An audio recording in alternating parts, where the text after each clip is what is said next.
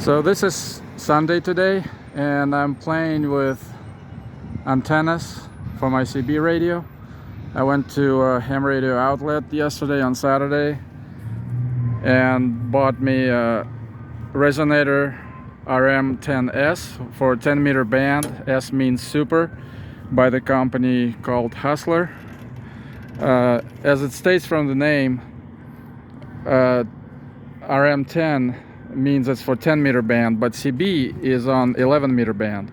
But I've added this extension from a different antenna, and it tuned perfectly. Also, by adjusting, I was able to tune it perfectly by match it with my radio by adjusting the length of this steel whip. It's adjustable. And I was actually very pleased and very surprised how well it tuned, how well it matched with my radio. So I'm gonna secure it. It's secure, and I will demonstrate. So it turned out kind of tall, but I think it's still street legal. Anyway, I haven't been pulled over. And this antenna is for my scanner. It's an old analog scanner that I like to use for listening mostly to pilots.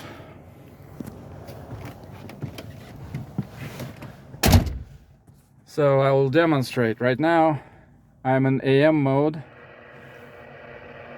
Well, the way you're supposed to tune these things, you're supposed to start with either channel 1 or channel 40. So, and check your SWR, standing wave ratio. And by tuning, you're supposed to make standing wave ratio as low as possible. Right now my MFJ tuner is in bypass mode, which means the antenna is basically connected straight to the radio, bypassing the tuner internals, which are basically some variable capacitances. So these knobs, they match the antenna and the radio, and you switch this inductor to different positions, which would allow matching it better. So you can use this tuner to basically make a decent match with an antenna that's not so great. But I have mixed feelings about using tuners for matching antennas. Sometimes it feels like you're just masking a problem. So the way I use it, first I tune the antenna by adjusting the length of the antenna, and I keep the tuner in bypass mode. And if I want to make it even more perfect, I switch it to tuned mode, and then I kind of perfect it. You can actually achieve like 1-to-1 SWR ratio. So right now I'm on channel 40, and I'm in the AM mode, which means I can just key in the mic, and we can look at the SWR. SWR needle is this needle that's facing to the right, and the needle facing to the left is the power, and them intersecting shows SWR. So right now, as you can see on channel 40, SWR is close to perfect. It's like 1.0. So on channel 40 it's close to perfect. Channel 1, it'll be a little higher.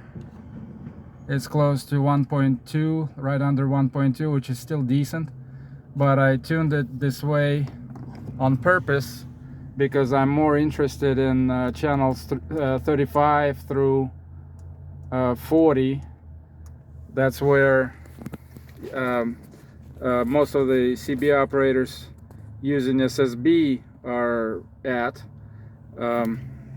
SSB, in SSB mode, this radio is completely factory, not modified in any way. It's not using any external amplifier. It's just factory, 12 watts in SSB mode, and supposed to be 4 watts in AM mode.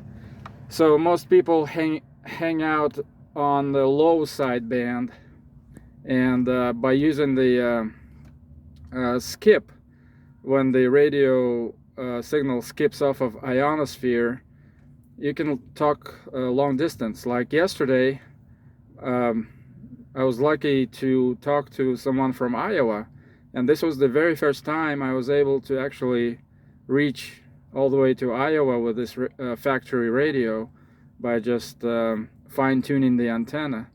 And this is kind of interest to me, as a sport to me, without using any external amplifiers, which are also illegal with CB, by just playing with antennas, make them more efficient, try to achieve best results. So again, channel 40, and mostly I hang around like channels 35, 36, 37, 38. That's where most people in SSB hang out. So right now it's close to sunset, so not much activity. Most activity is during the day, in the middle of the day, when the sun is most active and ionosphere is more charged. Because when ionosphere is charged, at least that's what I remember from my ham radio days. When the ionosphere is charged by the sun, especially during sun activity, that's when the propagation is the best, because the radio waves, radio signals, they can skip off ionosphere, and sometimes they can even encircle the globe.